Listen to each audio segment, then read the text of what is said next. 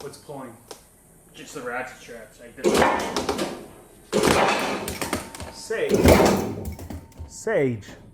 Scared the heck out of me. Hey guys, I'm Sam Crack, and I really have no clue what I'm doing, but today I'm going to pretend that I do, and we're going to attempt to fix a pretty significant issue on our Ferrari 360 Spider. If you've ever wondered why this era of mid-engine Ferraris always seems to catch on fire and end up at salvage yards, it's because they came with a faulty fuel pump straight from the Ferrari factory. The plastics used in the top hat of these pumps were pretty weak, and after a few years and a little bit of heat, well, they become brittle, they break, and fuel just seeps out the top. Right underneath it is a really hot catalytic converter. Luckily, a few years into the production of the 360, Ferrari recognized this issue, so they made the solution really simple.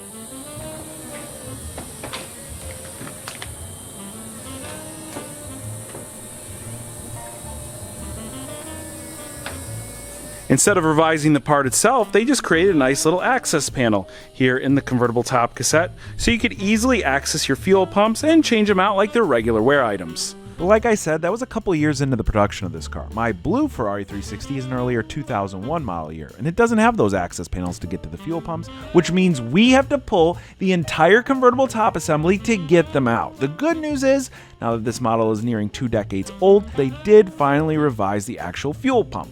But that happened well into the run of the next generation Ferrari 430 cars, and that's why a lot of those cars also went down in flames. Now, it was around 3 months ago when I picked up this blue Ferrari 360 Spider, and around that same exact time, I got a Helix mattress, so I think it's only fair that we do a quick comparison.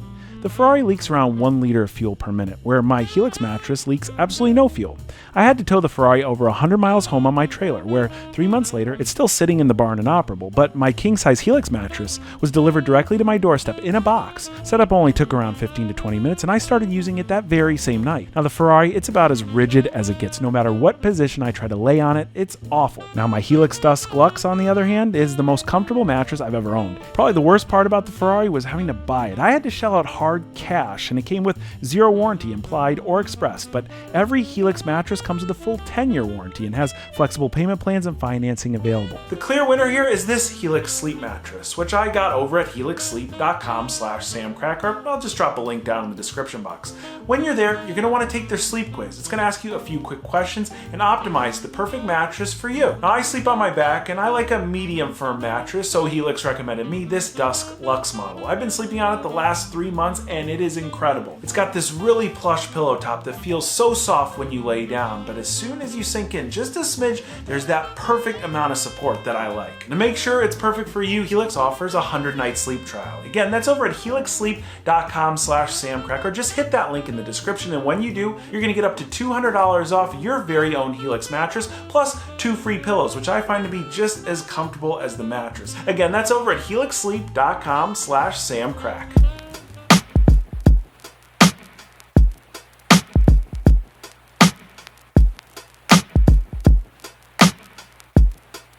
First time we're using the lift, we're not lifting the car with it. What I want to do is get the lift arms right up over where the Ferrari is going to be. So what, about 4.5, 5 feet off the ground.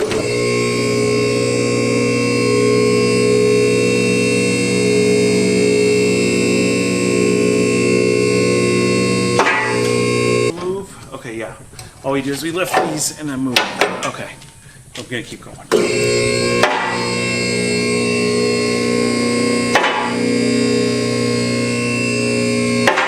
That looks pretty good. So our idea here is to lift from these 2 guys here, the roll bars, and then from the mounting stuff back there with a couple supports in between. These arms should be perfect. Look, are hovering like right there. We can move them out a little bit if we need to. But right there, we're just going to do a little strap. And then these nice long arms are perfect because they're hovering right over the bracketry here in the engine bay. Man, I'm thinking 4 straps and we should be pretty good on this thing. All right, let's see what happens.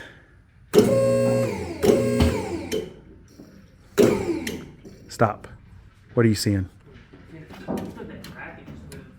Yeah, I'm seeing what you're saying. It's grabbing this down here. Let me see this.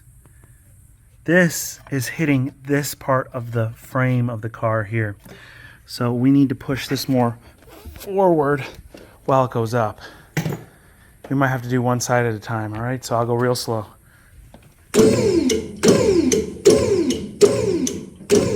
See, I don't like it's really putting a lot of stress on the front half and not on the back half. Yeah. Lower it. More. A little more. Yes, this is extremely tight, okay? So I'm going to drop this. What we're going to do is now with this here, we're going to retighten the back portion, which is the easy side, and then lift again. So let's just go down a little bit. It looks like it's coming now. Here, the big thing I want you to look at, all the hydraulic lines are in this corner. They can't get hung on anything. Otherwise, we'll have a massive problem. It actually looks like it's coming now. So whatever that was, those 2 bolts that you found were probably it. All right, you watching hydraulic lines? Yeah.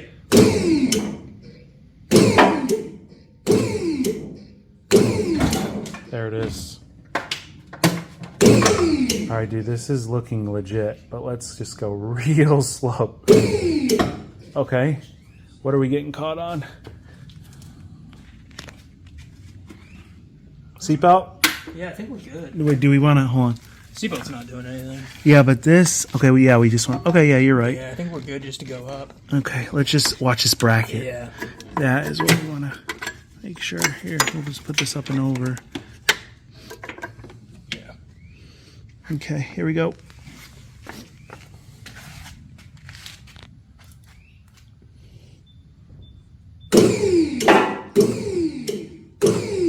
Now look, I'm seeing some plugs under there that probably are going to have to be disconnected. Oh no, that's, yeah, they are going to just have to be, that's for the ECUs. All right, off. This is similar to removing an engine, I think, Sage. This is nuts. What are we looking like? Looking good.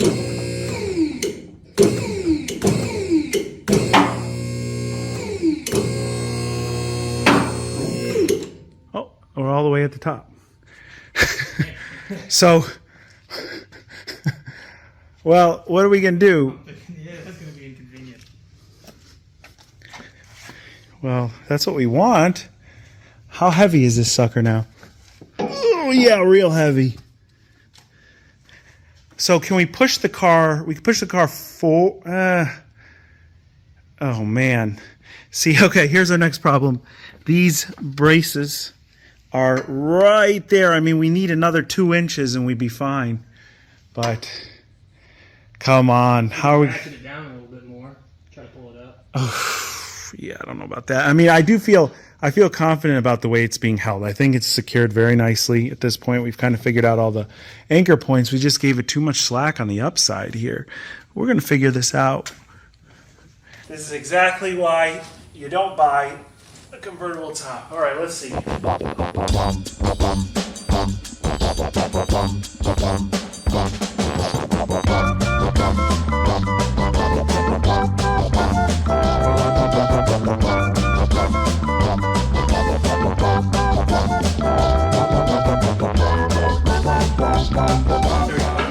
good? Yeah. Okay, this. Wow, we did it. Perseverance. We sat and looked at that for probably about 20 minutes. Just it was me hemming and hawing. I didn't want to do that, but we did it. Okay.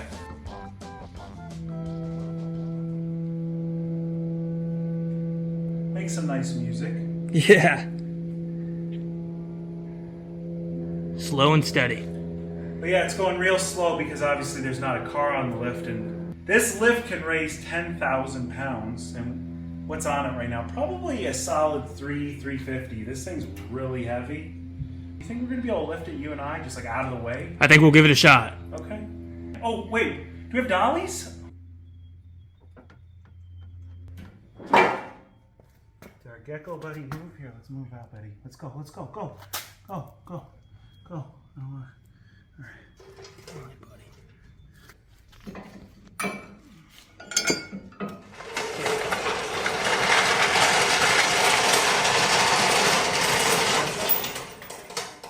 All right, here, With that convertible top removed, we have generous access here in the engine bay to pretty much everything we need to get to. But the first thing we're going to focus on is really the most important and a safety hazard in its current state, and those are the fuel pumps. There's one on either side here, and just by the look of this one in particular, look how dirty and grimy it is there. Look at how dirty and grimy it is all in that well area, and that's likely because this is leaking. Number one, we've noted that when we flip this car on, it has a very strong fuel odor, but that odor lingers.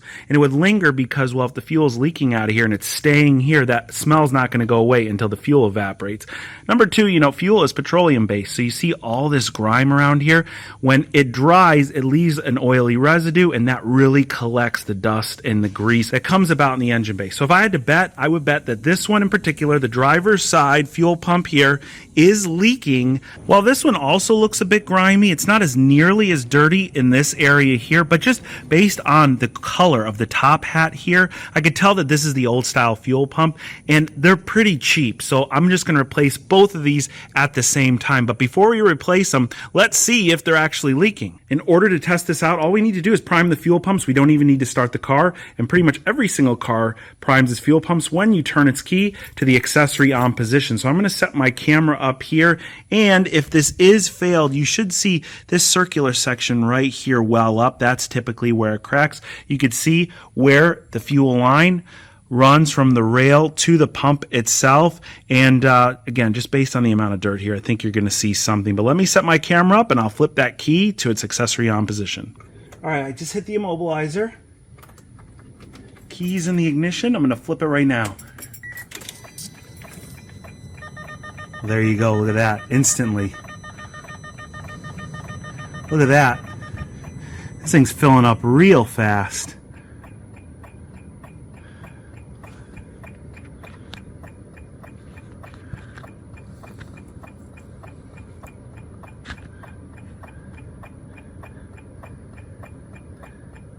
Wow, look.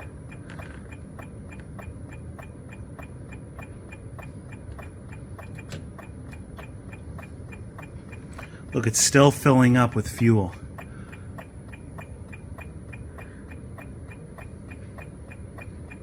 So our theory about the driver's side pump was right. Look, it's really still coming out of there. Let's just go check the passenger side for fun and see how it's doing. So this one's dry. It hasn't failed, but like I said, we're going to want to replace both of these at the same time. Now, I had this spare set of fuel pumps lying around from another project car I'm working on. I hope to bring you those videos soon, but you could clearly see how that car met its demise. But I needed to take a closer look at them because when you go and order these fuel pumps from Ferrari, each side is a different part number, and even though they look identical, one costs like $100 more than the other. And at a quick glance, it's pretty clear why. The left side pump has a fuel sender attached to it, and that's a little device that has a rod and a float in it, and that tells the gauge on your dashboard how much fuel is left in your car. Now, Ferrari wants $800 for the side without the sender and about $900 for the side with a sender. But here's the cool thing is all these parts are made by Bosch, and the generics are readily available. The only difference between a Bosch generic and a Ferrari part is that it doesn't come in a fancy Ferrari box. The Ferrari fuel pump costs only $150 for the side without the sender and about $300 for the side with the sender. So a fraction of what the ones would cost if you went to the dealership and picked them up. But here's how to get them even a little bit cheaper. After looking at things really closely, every single thing about these is the same. Again, the only difference is the sender. Even the ports that the sender go into exist on the right-hand fuel pump. So all you got to do is find the sender. It's another part made by Bosch, and it only costs $25. So I paid $300 for two right-side fuel pumps and $25 for one sender. We're going to be able to take care of our problems today for $325. Anytime you're working on a fuel pump, make sure you're wearing eye protection and gloves, which I'm clearly wearing both right now, because if things are under pressure, they can splatter a bit. All right, now this pump is ready to be pulled out. We're going to grab right here our special Ferrari tool. This was made in Pittsburgh for Ferrari, and this is just a strap wrench. You can get these at a lot of different stores. You want to just get it tight around the collar of the pump here. Man, they really don't give you a lot of room in some areas here. Oh, there goes that.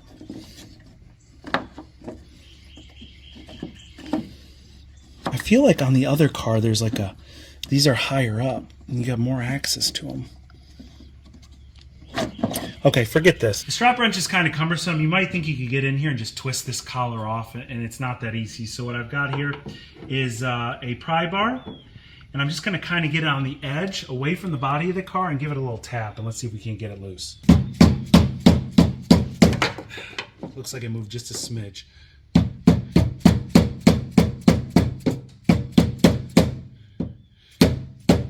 See, it's moving just a little bit at a time.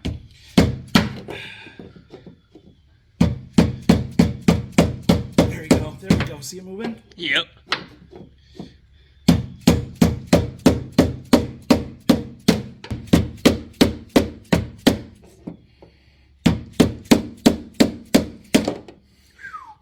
All right, now let's see what this is like.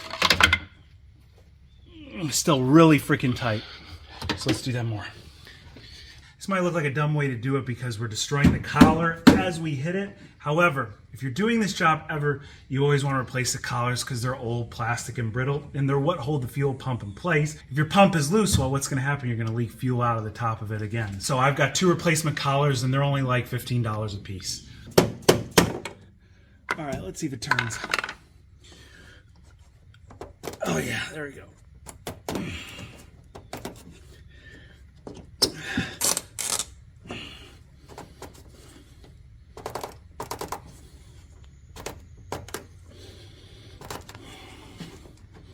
Okay.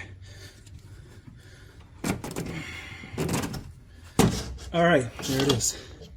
This side has the senders on it, so we gotta be careful.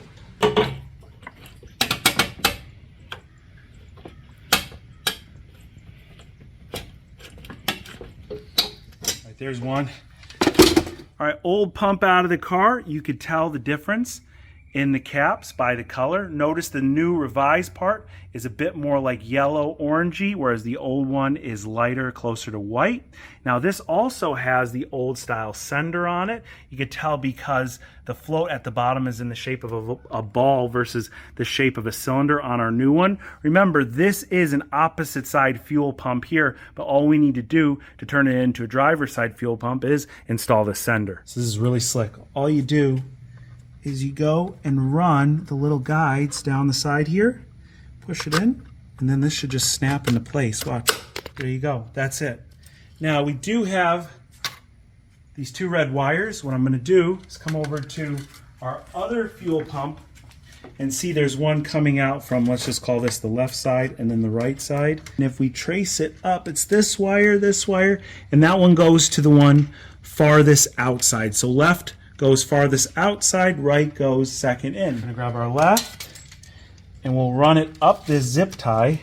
I'm wondering if this zip tie is like fuel resistant, because I would imagine that fuel could disintegrate in that plastic, like used in a zip tie, could disintegrate in fuel. So that would be good if we could just kind of fish these guys back up in here. So here's our one. There's one more little zip tie that I don't know if we're going to be able to get it in. That one's pretty tight, so we're not going to get it in there. There's one. Boom. And now, our second one. Come on. You can just get it in there. These are the sort of hardships you run into when you try and save $120, you know? It's worth it. I think so. I think we're going to get it in just 2 seconds. We just got to get it straight on. Come on. Ah, okay. You don't want that happening while it's in the gas tank. Just push it up with my nail a little bit. There we go. All right, 2. So running those 2 lines and clipping in our sender just saved us, what, about $125. So I think it's worth a little bit extra work. And then this just goes back in reverse. This side is slightly more trickier than the other side because you have to get that sender arm in there at the same time you fish in the fuel pump. And so it is a little bit of a pain in the neck. You gotta make sure you don't break that sender arm plastic. Bend the sender, or sometimes they just pop off and fall off in the gas tank. You don't want any of that happening. So right there, it's in, but again, it's crooked. because the sender's in there a little funny. So we're gonna just kind of shimmy it around until it gets into the right spot. There's a notch right here, and there's a notch on the bottom of the hat. So we're just trying to get that all lined up without bending or popping this stupid sender off at the same time. So there's like a guide at the bottom of the fuel tank that this sits in. I feel like I'm pretty set right now and I can still see in. Our float is all attached and it looks like it's sitting in the fuel, which is exactly what we want. Now, before we tidy it all up, we need to take this old seal off. We've got a brand new Ferrari seal that goes around the same area. And this is super, super important as well. No point in doing this if you're not gonna refresh the gasket. And of course our new collar. Some people try and reuse the old collars. Don't. Get a new one. It's well worth it. Now all we gotta do is push the springs down on this and it should just kind of fit right into this notch here. Let's see. Yep, right there. At the same time, I'm gonna just kind of get the collar set. All full of old fuel on top of it is always great. Just get a couple turns on. Come on.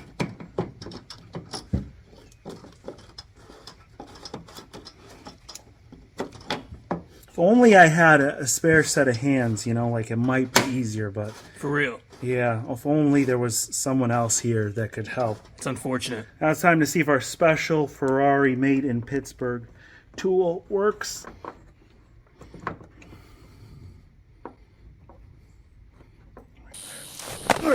Just a few little tiny taps to make sure it's really snug in there.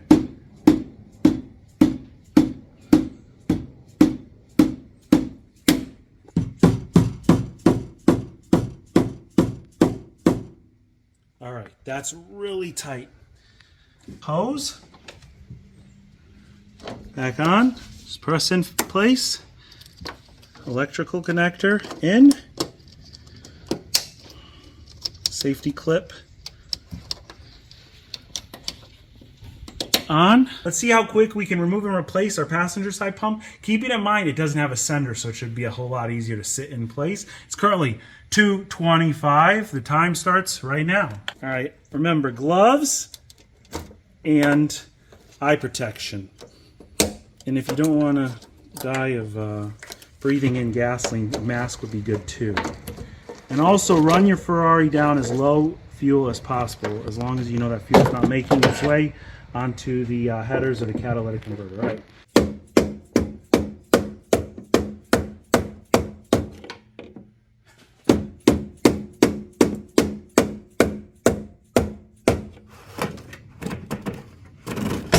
All right, there's that off. One, we'll take the seal off while we're at it. Two, and then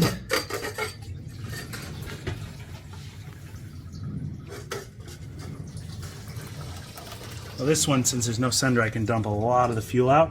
I'm going to run right back with the new pump, the new seal, the new collar, and our drain tank. All right, there's that out.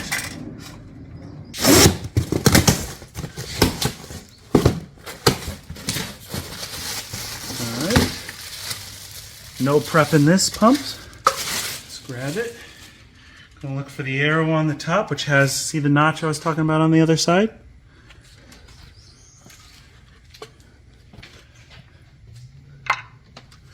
The notch goes right there. So we're gonna sit it down. Wiggle it in its spot that it sits in. We're gonna make sure we feel it. It feels like it's set. I'm gonna be really sure of that. That's it. All right, but before we do that, of course, new seal, set it in place. All right, new collar.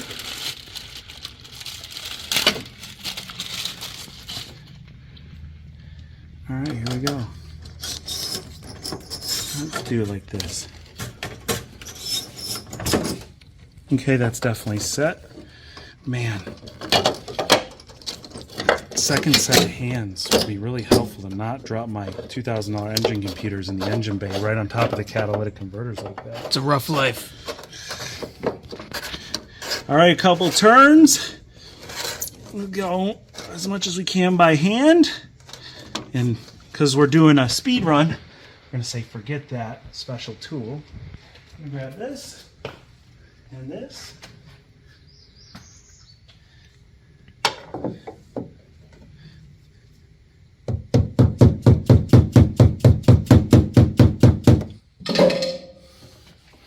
All right, cap off, fuel line on, fuel clip in, and the clock stops when the safety clip is in. Time is 2:32. Not bad. What was that, 7 minutes? 7 minutes. Roughly? It's not too bad. So when Ferrari charges you 3 hours for that job, just know that, well, it's going into the convertible top being removed. Now we're just going to do exactly what we did at the start of this repair and turn the car into accessory mode, prime the fuel pumps, and make sure nothing leaks out of the area we just worked on. Again, if that thing's not super tight, you're going to leak, you're going to get fuel onto your catalytic converters, and you're going to burn down a Ferrari. So we're not going to worry too much about this area. It's a brand new pump. We'd worry more about the well around here.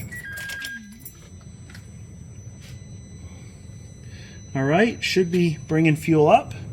Running through, we don't see any issues at all. It's all nice and dry in here. Let's give it a quick fire. Let's see what happens.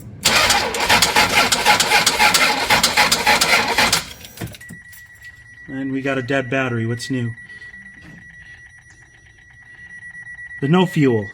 Now, besides just having to replace our fuel pumps, we also needed that convertible top assembly out of the car so that we could remove these two master cylinders that actuate the convertible top. These are hydraulic pistons that are sealed units, and Ferrari doesn't sell this part anymore. There are rebuild services, as we discussed in a prior video. I had one of these done, one of the simpler ones to remove, and it costs $300. So if you consider that each one of these would cost $300 to rebuild, well, there'll be over $1,000 bill here, and all that's failed inside each one of these hydraulic pistons are a few O-rings, right? So the parts are not expensive. It's really the knowledge and the wherewithal that you're paying for in order to get these rebuilt. Now, if you look at these smaller ones, see on the inside, there's like a C-clip holding them together.